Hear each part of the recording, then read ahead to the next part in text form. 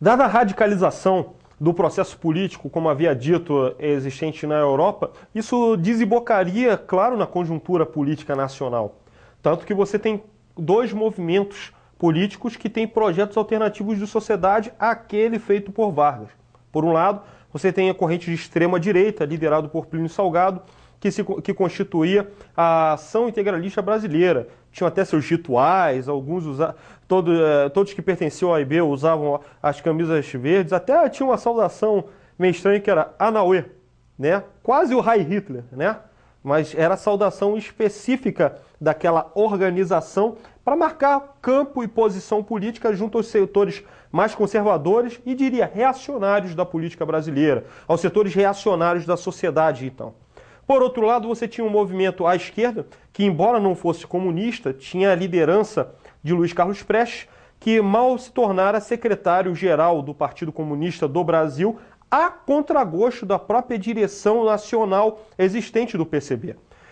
Um parêntese à parte sobre esse aspecto, vale lembrar que Prestes, nas vezes que a gente falamos, ele já estava no processo de convencimento para adotar o comunismo como sua ideologia política, e ele é convidado por Rodolfo Guioldi, que era um líder do Partido Comunista da Argentina, e ele vai para Moscou.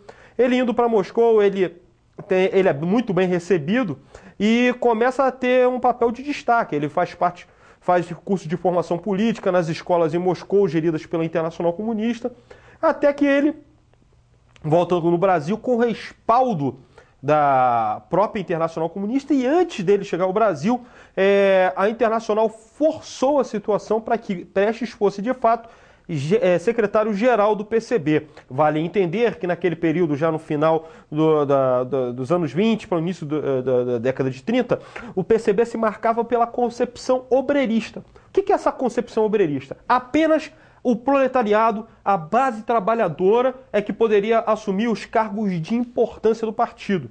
Qual é o problema desse aspecto? É bom que um partido tenha sua base popular, afinal a razão de ser de um partido de esquerda, de um partido progressista e popular, é representar a classe trabalhadora. Mas não adianta a classe trabalhadora representar se você não der um mínimo de formação política para preparar essas mesmas classes para poder estar assumindo postos de poder. Se elas não assumem e executam sequer o seu papel dentro da sua agremiação político-partidária, que dirá então no processo de poder, de fato, caso o partido tome o poder e controle a égide política, ou tome o Estado, de fato. E o que acontecia nesse processo obreirista é que nem todas as lideranças oriundas da base tinham a formação política e a ferramenta, no caso marxista, para o Partido Comunista. Eles não tinham essa ferramenta de tal forma que utilizasse de forma eficaz para direcionar politicamente o Partido Comunista. E isso prejudicou muito o Partido Comunista, porque os intelectuais que tinham inserção no movimento operário e no movimento estudantil eram acusados de serem pequenos burgueses, e isso esvazia, inclusive, a capacidade de análise do partido frente à conjuntura política brasileira vivida. E aí Prestes volta, e quando Prestes volta, surge a NL, e a NL é um movimento que congregava desde democratas até a extrema-esquerda. Só que, dentro desse processo, Vargas tinha um projeto de união nacional, da unidade entre as classes sociais, para um projeto de país. E é óbvio que tanto a Ação Integralista Brasileira quanto a ANL não atrapalhariam esse projeto em marcha que Getúlio Vargas tinha feito desde a Aliança Liberal que ele tinha se proposto a fazer enquanto candidato a presidente. Pois bem, há um processo de radicalização da ANL em 1935 e Getúlio Vargas debela todo esse movimento, que embora tenha iniciado o processo revolucionário em Natal e indo pela Praia Vermelha no Rio de Janeiro, esse processo foi feito de forma desarticulada e desordenada, de tal forma que foi fácil para o governo debelar os focos de rebelião. Inclusive, né, tem uma lenda muito engraçada que a polícia chegou à casa do Prestes, se eu não me engano, em Caxambi, alguém que souber melhor me explique, mas se eu não me engano é em Caxambi, e chegam na casa do Luiz Carlos Prestes, invadem a casa dele, e eis que encontram a famosa agendinha do Prestes, toda a agenda de todas as lideranças do Partido Comunista e da ANL.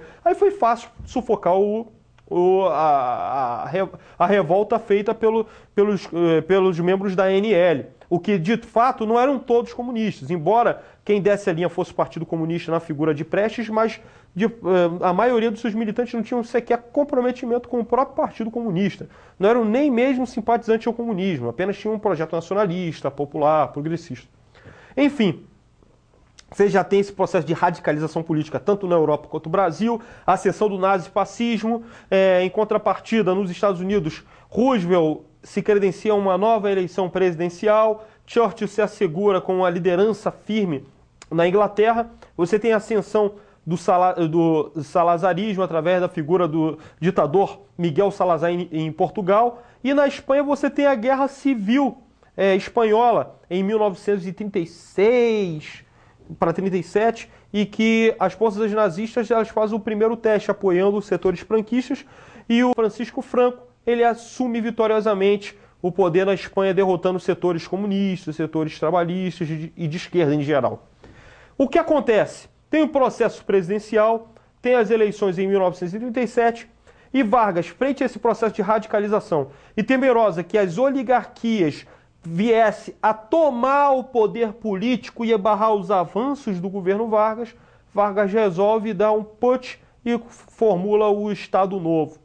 O golpe do Estado Novo foi uma forma que Vargas encontrou para poder isolar as oligarquias que ainda tentavam ameaçar o governo dele e assegurar, na prática, o projeto do positivismo social a partir de medidas efetivas que pudessem assegurar, ao mesmo tempo, o desenvolvimento nacional e, ao mesmo tempo, você trabalhar com a ideia da ampliação dos direitos sociais à população. Vale atentar também que, longe de certas parcelas da historiografia tradicional, você pode verificar que o governo de Getúlio Vargas com o Estado Novo, mesmo que perseguisse os movimentos organizados, como os integralistas em 1938, como os setores comunistas, havia também uma tolerância, ainda que existisse o DIP, que é o Departamento de Imprensa e Propaganda, ainda que houvesse os aparelhos de repressão aos opositores do Estado Novo. Vale explicar que existiam quadros, inclusive comunistas e socialistas, que estavam dentro da estrutura e da máquina estatal do governo. Vale entender que até quadros como Villa-Lobos estavam no Ministério da Educação, como também o Carlos Drummond de Andrade, que era o chefe de gabinete do Ministro da Educação, que era o Gustavo Capanema. Deus nos mostrou dois ouvintes no seguinte: quando a emoção é grande que a gente ouve com os dois ouvidos. Quando ela não é muito grande, entra por um sacudo.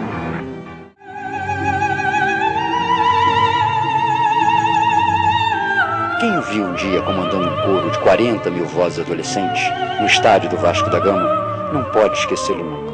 Era fúria, organizando-se em ritmo, tornando-se melodia e criando a comunhão mais generosa, ardente e purificadora que seria possível conceber.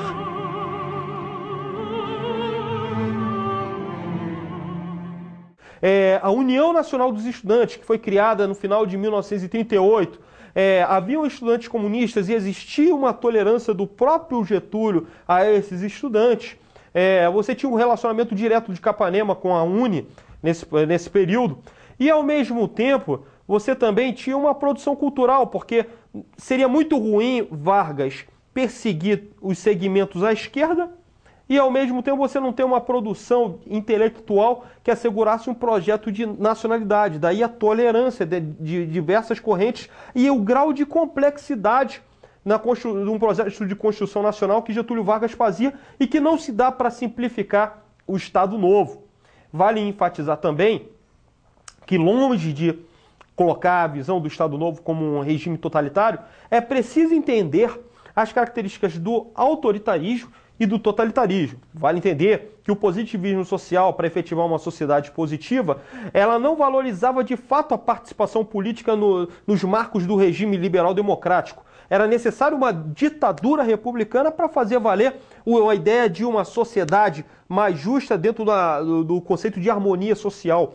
E Vargas lança a mão usando desse aspecto, com alguns elementos autoritários, é claro, mas para assegurar um projeto popular e nacional de sociedade. Vale também atentar que, diferente de elementos do autoritarismo, o totalitarismo se caracterizava com a existência do partido único, tal partido único para poder legitimar a figura do ditador totalitário, e isso acontecia tanto na esquerda, que era no caso da União Soviética, com Joseph Stalin, com a ditadura do Partido Comunista da União Soviética, como no setor de direita. No setor de direita você tinha o Partido Fascista, que era ligado ao Benito Mussolini, como na própria Alemanha, que caracterizava o Partido Nacional Socialista dos Trabalhadores Alemães, na figura do Adolf Hitler.